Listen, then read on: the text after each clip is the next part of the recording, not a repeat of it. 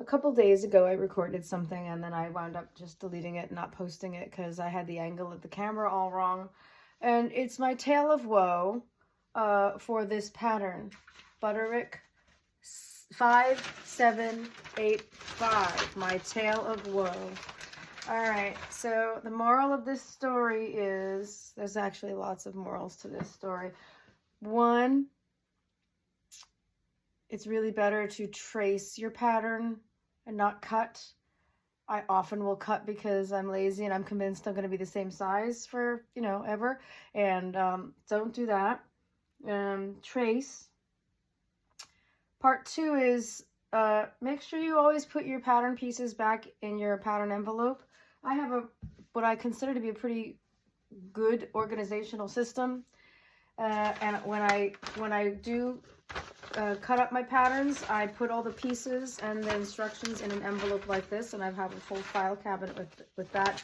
And then I just have the binders with the pictures, the pattern envelope.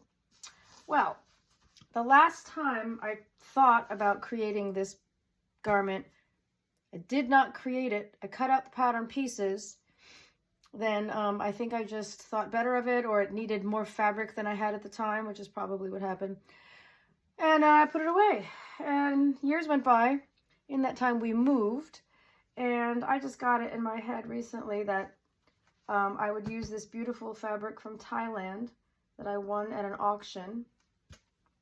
There's a great story to that. I'll tell that one in a minute. But this fabric that I'm trying so hard not to ruin. I decided to make this tunic. Problem number one, tale of woe. Number one was I discovered I had pre-cut all these pattern pieces from easily 5 years ago.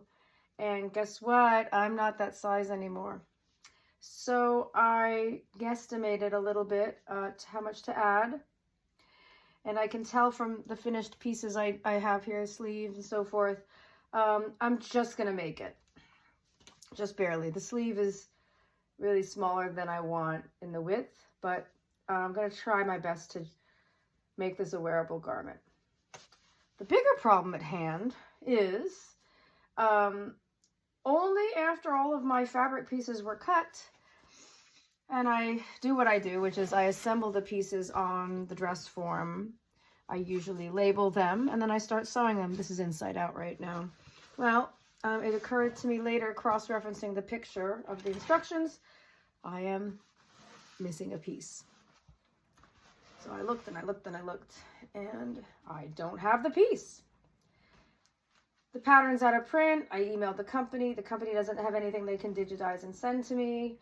Patternreview.com, which is my go-to website. Only 2 people in the entire world have made this, who have documented it on Pattern Review. I emailed them, and so far I haven't heard back if they have their pieces still, if they're still, around.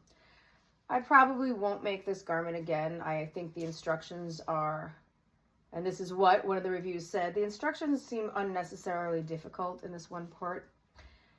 Regardless, something that Pattern Review was very helpful with is I sent out an SOS forum post, and I got some brilliant ideas from the sewists there on what to do to save the garment. I listed some of them already, which didn't pan out. I may create some like cool little thing with ribbons. I may lattice work something. What I'm doing right now, carefully, is I have to unpick my first attempt at drafting the yoke on pattern paper myself, because I can see now I did not do it correctly. I'm missing minimally about 2 inches of coverage. And I'm just hoping that, I'm seam ripping slowly so that I don't damage this fabric. Oh, let me tell you about this fabric now. I almost never buy fabric on auction because half this, and you don't always know what you're going to get, and even the pictures can be deceiving.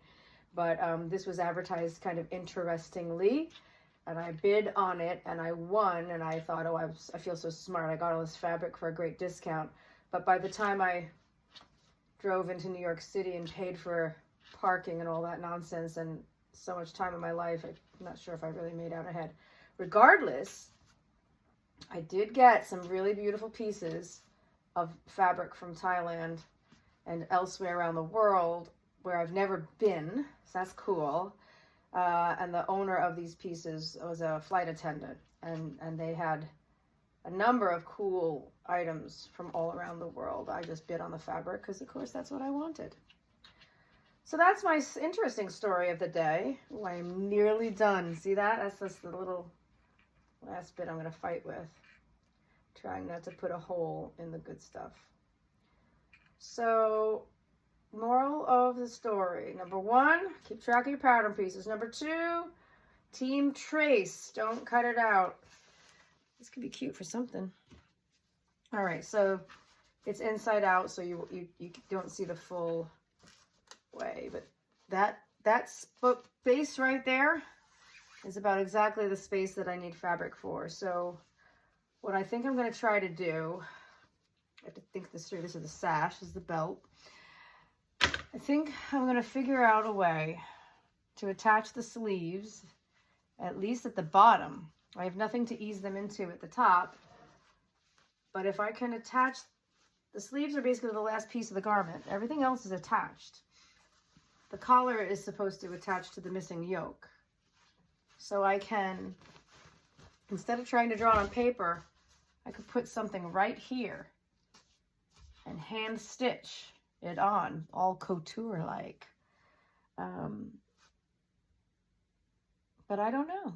So I'm recording this video to see if anybody else has brilliant ideas or suggestions. Thanks.